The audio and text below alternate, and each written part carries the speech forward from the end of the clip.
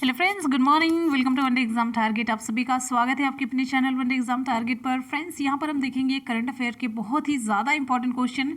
यकीन मानिए इस वीडियो को आपको बिल्कुल भी मिस नहीं करना चाहिए और आप लोग शुरू से लास्ट तक वीडियो के साथ बने रहिएगा। यहाँ से 100% एग्जाम में क्वेश्चन जरूर पूछा जाएगा। बहुत ही इंपॉर्टेंट क्वेश्चन का कलेक्शन है।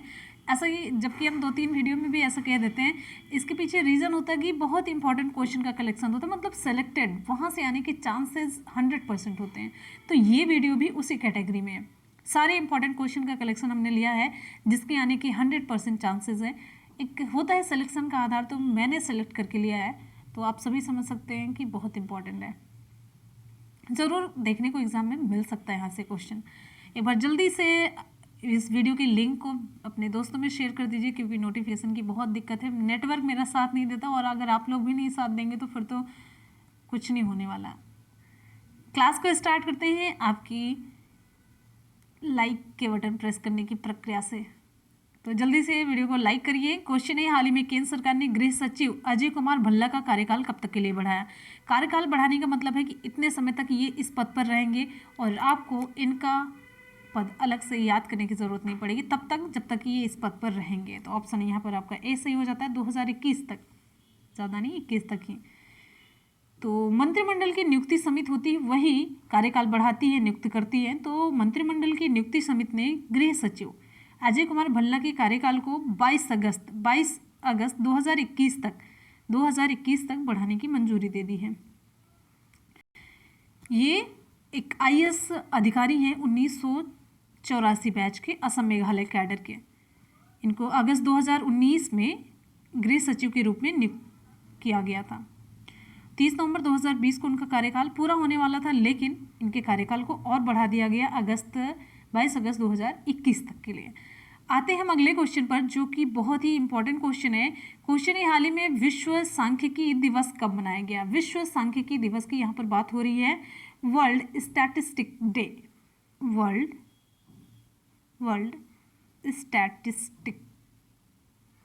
स्टैटिस्टिक्स डे, ठीक है। विश्व सांख्यिकी दिवस, वर्ल्ड स्टैटिस्टिक डे। ऑप्शन यहाँ पर हमारा सही हो जाता है, ऑप्शन, वेरी गुड, ऑप्शन यहाँ पर बी हमारा सही हो जाता है, 20 अक्टूबर, ऑप्शन बी। तो ये तीसरा विश्व सांख्यिकी दिवस मनाया जा रहा है। तीसरा, 1 और 2, मतलब 2 साल के बाद ये तीसरा ही मनाया जा रहा है। तो तीसरा विश्व सांख्यिकी दिवस 20 अक्टूबर 2020 को विश्व स्तर पर मनाया गया, ठीक। विश्व सांख्यिकी दिवस 2020 एक वैश्विक सहयोगात्मक प्रयास है जिसे संयुक्त राष्ट्र सांख्यिकी आयोग के मार्गदर्शन में आयोजित किया जा रहा है, किया जाता भी है और ये किया भी गया है। और ये एक इम्पॉर्टेंट क्वेश्चन आपके लिए बनता है यहाँ पर, विश्व सांख्यिकी दिवस 2020 की थीम क्या है। तो थीम है connecting the world with data we can trust. तो ये विषय विश्वास आधारित डाटा, नवाचार और राष्ट्रीय सांख्यिकी प्रणालियों में लोगों की भलाई के महत्व को ये दर्शाता है, ठीक है। चलिए, और आपको यहाँ पर एक इम्पॉर्टेंट फैक्ट बताते हैं कि विश्व सांख्यिकी दिवस हर साल नहीं मनाया जाता है। तो सबसे पहला जो विश्व सांख्यिकी दिवस था ये 2010 में मनाया गया था, अक्टूबर 2010 में मनाया गया था। उस समय इसका विषय क्या था, celebrating the many achievements of official statistic. इस विषय के साथ ये पहली बार विश्व सांख्यिकी दिवस मनाया गया था 2010 में। इसके बाद 2015 में 20 अक्टूबर 2015 को दूसरा विश्व सांख्यिकी दिवस मनाया गया था। किस विषय के साथ, better data better lives, better data, फिर है बेटर लाइव्स, इस विषय के साथ मनाया गया था। तब से ऐसा हो गया कि 5 साल पर, अब 2015 के बाद 2020 को ये मनाया जा रहा है। किस विषय के साथ, connecting the world with data we can trust. अगले क्वेश्चन पर चलेंगे। नेक्स्ट हमारा क्वेश्चन आप सभी के लिए, हमारा क्वेश्चन है, हाल ही में डेनमार्क ओपन 2020 खिताब किसने जीता। ऑप्शन यहाँ पर हमारा सही हो जाता है ऑप्शन डी, बी और सी दोनों, यानी कि एंडर्स एंटोनसेन और नोजोमी ओकुहारा दोनों ने डेनमार्क ओपन 2020 का खिताब जीता। अब आपको यहाँ पर हम डिटेल में बताते हैं, मेंस और विमेंस का अलग अलग है, ठीक है। बैडमिंटन में जापान की पूर्व विश्व चैंपियन ये हैं नोजोमी ओकुहारा। इन्होंने विमेंस सिंगल की 3 बार की विश्व चैंपियन कैरोलिना मारिन को हरा करके डेनमार्क ओपन 2020 का खिताब अपने नाम कर लिया है। और यही दुनिया के 7वें नंबर के खिलाड़ी हैं डेनमार्क के ये एंडर्स एंटोनसेन। इन्होंने रैस्मस जेमके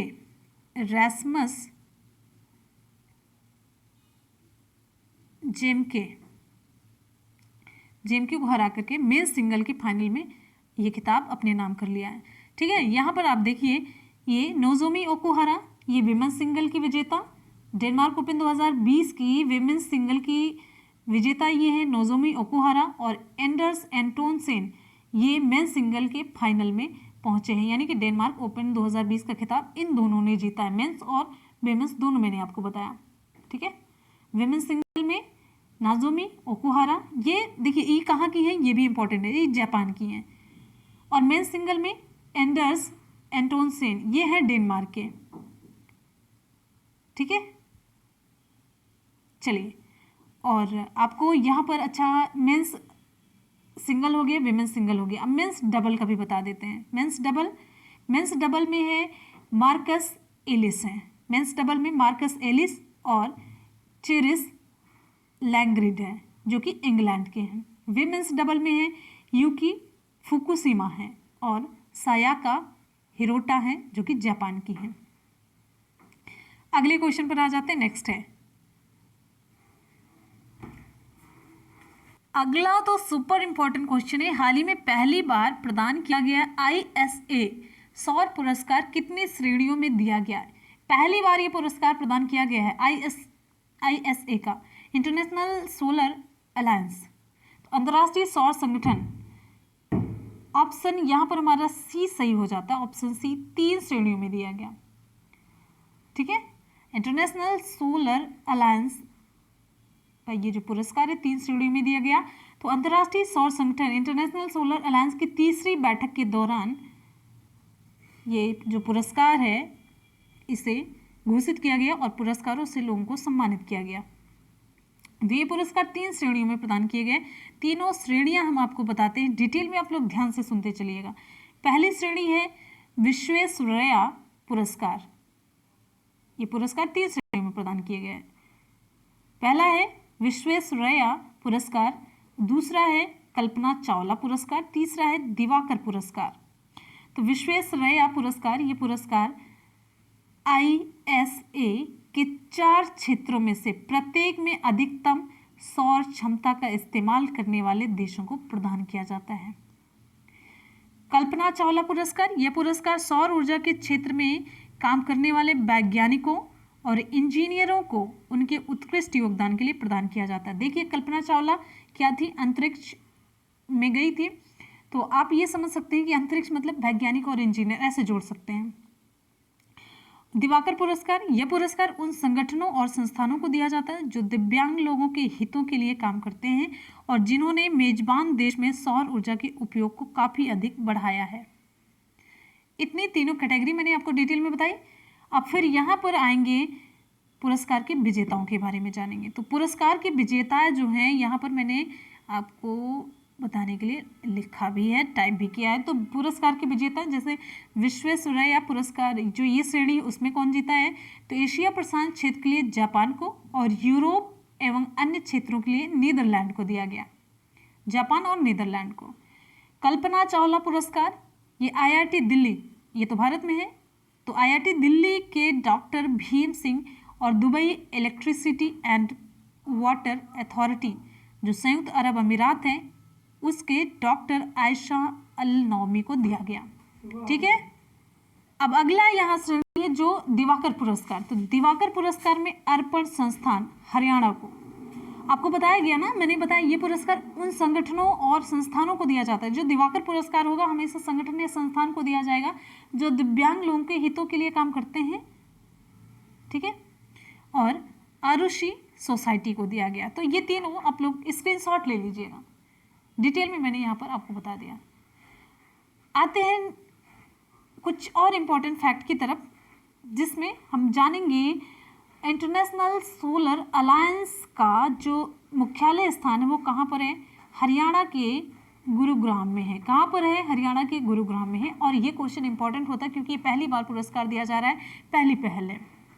और इसका जो मुख्यालय संस्थानीय पहल एक तरीके से आप कह सकते हैं भारत की है, हरियाणा के गुरुग्राम में है। और इंटरनेशनल सोलर अलायंस के जो नेता हैं मुख्य वो हैं उपेंद्र त्रिपाठी। क्लियर हो गया। आ जाते हैं हम अगले क्वेश्चन पर। हमारा अगला क्वेश्चन दिवस से रिलेटेड है। क्वेश्चन पूछा जा रहा है, हाल ही में वर्ल्ड ऑस्टियोपोरोसिस डे कब मनाया गया। वर्ल्ड ऑस्टियोपोरोसिस, ऑस्टियोपोरोसिस, पोरोसिस मतलब पोर मतलब एक तरीके से होता है कि छिद्र, पोरस होना मतलब वो छिद्रित होता है। तो ऑस्टियोपोरोसिस हड्डियों में जो छेद हो जाता है, एक तरीके से आप ये कह सकते हैं। छेद हो जाने का मतलब हड्डियां कमजोर हो जाती है। ओजोन होल, ओजोन में छेद नहीं हो जाता, ओजोन लेयर वहां पे डिप्लीट होती है, धीरे धीरे वहां से मतलब कम होती जाती है। एक वर्ड दे दिया जाता है, नाम दे दिया जाता है जानने के लिए, उससे उसके लिए एक टर्म यूज कर लिया जाता है। तो ऑस्टियोपोरोसिस हड्डियां जिसमें कमजोर हो जाती है, नाजुक हो जाती है, जिससे हल्की सी चोट से भी हड्डियों में फ्रैक्चर आ जाता है। यहाँ तक कि मामूली सा गिरना, टक्कर, छींक अथवा अचानक से चलने के दौरान भी हड्डियां टूटने की आशंका होती है। और ऑस्टियोपोरोसिस के कारण होने वाला जो फ्रैक्चर होता है जानलेवा होता है, और दर्द और दीर्घकालिक विकलांगता इसकी वजह से हो सकती है। तो दुनिया भर में जो ऑस्टियोपोरोसिस एक बढ़ती हुई वैश्विक समस्या हो चुकी है। और यहाँ पर आपको बता दें, ये 3 महिलाओं में से एक और 50 से अधिक उम्र के 5 पुरुषों में से एक को प्रभावित करता है, ये डाटा है। तो चलिए, अब आपको मैंने ऑस्टियोपोरोसिस के बारे में डिटेल बता दिया। तो ऑस्टियोपोरोसिस डे कब मनाया गया ये भी बता देते हैं। ऑप्शन यहाँ पर डी सही हो जाता है, 20 अक्टूबर को। तो हर साल 20 अक्टूबर को विश्व स्तर पर world osteoporosis day, world osteoporosis day shortcut है इसका, WOD मनाया जाता है। क्यों मनाया जा रहा है आपको मैंने बताया, जो ये समस्या है उसकी रोकथाम के लिए, निदान और उपचार के बारे में वैश्विक स्तर पर जागरूकता बढ़ाने के लिए मनाया जाता है। ठीक है। और यहाँ पर आपको बता दें 2020 में global WOD world osteoporosis day campaign की थीम क्या है, दैट्स ऑस्टियोपोरोसिस, ये थीम है, ध्यान रखिएगा। और आपको मैंने बता ही दिया ऑस्टियोपोरोसिस क्या होता है, और इसके बारे में कुछ इंपॉर्टेंट फैक्ट आपको बता देते हैं। अंतर्राष्ट्रीय ऑस्टियोपोरोसिस फाउंडेशन का मुख्यालय कहाँ पर है, स्विट्जरलैंड के नायोन में है। और अंतर्राष्ट्रीय ऑस्टियोपोरोसिस फाउंडेशन के अध्यक्ष कौन है, साइरस कपूर हैं। क्या नाम है, साइरस कपूर। और अंतर्राष्ट्रीय ऑस्टियोपोरोसिस फाउंडेशन की स्थापना कब हुई, 1998 में हुई, 1998 में हुई। ठीक है। आ जाते हैं हम अगले क्वेश्चन पर। नेक्स्ट हमारा क्वेश्चन आप सभी की स्क्रीन पर फटाफट से देखेंगे। क्वेश्चन पूछा जा रहा है कि हाल ही में IIT मद्रास के स्टार्टअप ने किस राज्य में डेयरी किसानों के लिए MovePay पेमेंट प्लेटफॉर्म शुरू किया। ऑप्शन यहाँ पर हमारा सही हो जाता है option B, Rajasthan. Option B सही होता है, राजस्थान। तो IIT मद्रास के जो स्टार्टअप हैं, डेयरी टेक स्टार्टअप, इन्होंने राजस्थान में डेयरी किसानों के लिए अपनी तरह का पहला पूरी तरह से स्वचालित डायरेक्ट भुगतान प्लेटफॉर्म जिसका नाम है MovePay, इसे लॉन्च किया है। ठीक है। और यहाँ पर आपको बता देते हैं MovePay ये क्या है। तो ये डेयरियों और डेयरी किसानों के लिए एक भुगतान गेटवे है, जहाँ डेयरी अधिकारी डेयरी किसानों के मौजूदा बैंक खाते में, किसानों के बचत बैंक खाते में दूध के भुगतान को डिजिटल रूप से स्थानांतरित कर सकेंगे। मतलब कोई दूध के भुगतान या दूध कोई बेचने जा रहा है, डेयरी पर बेचने जा रहा है, तो उसको नगद ना दे करके ऐसे MovePay के जरिए वो भुगतान कर दिया जाएगा, बस इतना है। ठीक है। सीधे किसानों के बैंक खातों में जमा हो जाएगा, और इससे किसानों को बचत में मदद मिलेगी। नहीं तो रोज का रोज पैसा ये होता है ना कि अभी 500 की नोट लेके जाते नहीं होता, एक बार टूट गया तो खत्म हो जाएगा। तो अगर एक दिन 1 लीटर कोई किसान लेके जा रहा है, तो उसको अगर 40 रुपये 50 रुपये मिल रहा है, तो डेली की ज़रूरतें इतनी ज़्यादा होती, इतनी ज़्यादा, तो सोचेगा घर के लिए कुछ लेके चलें, कुछ लें, बच नहीं पाएगा। तो बचत के लिए ऐसा सोचा गया है। ठीक है। और जो एक तो ये भी है कि आजकल की पैंडमिक की वजह से हाथ से डायरेक्टली पैसा ट्रांसफ़र नहीं किया जा रहा है, तो इसका भी जोखिम है, वो भी दूर हो जाएगा। और यहाँ पर आपको एक फैक्ट और बता देते हैं, ये जो पूरा कार्यक्रम किया जा रहा मोपे जो पेमेंट प्लेटफॉर्म में शुरू किया गया, तो ये आईआईटी मद्रास का जो डेयरी टेक स्टार्टअप है स्टेलैब्स के द्वारा ये शुरू किया गया है। तो यहाँ पर आपको एक फैक्ट यहाँ से रिलेटेड बताते हैं, स्टेलैब्स के सीईओ कौन है? ये हैं रंजीत मुकुंदन। और स्टेलैब्स का मुख्यालय कहाँ पर है? कर्नाटक के बेंगलुरु में है। ठीक है, आ जाते हैं नेक्स्ट क्वेश्चन पर। हमारा अगला क्वेश्चन आप सभी के लिए है। क्वेश्चन है, हाल ही में एशिया पावर इंडेक्स 2020 में भारत किस स्थान पर रहा? ऑप्शन यहाँ पर हमारा ए सही हो जाता है, चौथे स्थान पर रहा। तो हाल ही में एशिया पावर इंडेक्स 2020 में भारत का स्थान चौथा रहा है। और एक चीज़ आपको यहाँ पर अच्छी सी बता देते हैं, कम से कम एक तो अच्छी न्यूज़ आई, इंडेक्स के मामले में हमेशा भारत पीछे ही रहता है, तो ये अच्छी मतलब शक्तिशाली देशों की कैटेगरी में है, चौथा स्थान पाना मतलब बड़ी बात है। और आपको बता दें, ये जो इंडेक्स जारी किया गया है किसके द्वारा जारी किया गया है? तो लोवी इंस्टीट्यूट के द्वारा। किसके द्वारा? LOWY, Loewi institute. तो सिडनी में है ये लोवी इंस्टीट्यूट। तो सिडनी स्थित लोवी इंस्टीट्यूट के द्वारा एशिया पावर इंडेक्स 2020 जारी किया गया, जिसमें भारत को 100 में से कितने नंबर मिले? 39.7 अंक मिले। इसी के साथ ही ये चौथे स्थान पर है। ठीक है, और यहाँ पर आपको बता दें, इस इंडेक्स में एशिया प्रशांत को प्रभावित करने वाले सबसे शक्तिशाली देश के रूप में अमेरिका 81.6 स्कोर के साथ पहले नंबर पर है। इसके बाद दूसरे और तीसरे स्थान पर चीन है। दूसरे स्थान पर है चीन। ठीक है, दूसरे स्थान पर चीन है 76.1 अंक के साथ। और फिर है तीसरे नंबर पे है जापान, कितने? 41 अंक के साथ। ठीक है, और चौथे स्थान पर भारत है, कितने अंक के साथ? 39.7 अंक के साथ। ये जो आप सोच रहे होंगे ये इंडेक्स किससे रिलेटेड है, क्या है ये इंडेक्स?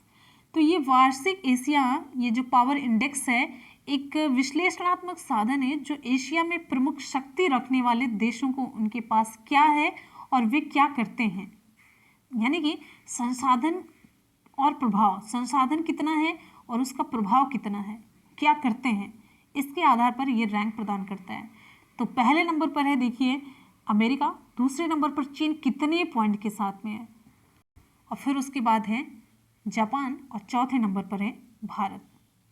अगले क्वेश्चन पर आएंगे। नेक्स्ट हमारा क्वेश्चन आप सभी की स्क्रीन पर। हमारा अगला क्वेश्चन है, हाल ही में किस बैंक ने व्हाट्सएप पर अपनी बैंकिंग सेवाएं शुरू की?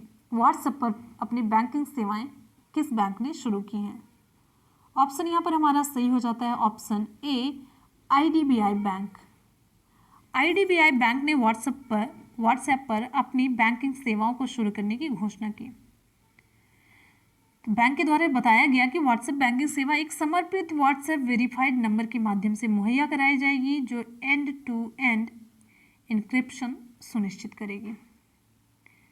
ठीक है, तो इस सुविधा के जरिए IDBI बैंक ग्राहकों को विभिन्न आवश्यक सेवाओं जैसे खाता में बकाया राशि की जानकारी, अंतिम 5 लेन देन जो हम फ़ोन करते हैं तो पता चलती है, जैसे आप कभी कस्टमर केयर पे कॉल करते हैं तो आपको बताता है, तो ये व्हाट्सएप के माध्यम से वो पूरी जानकारी आपको उपलब्ध हो जाएगी। आसान सा मीडियम होगा।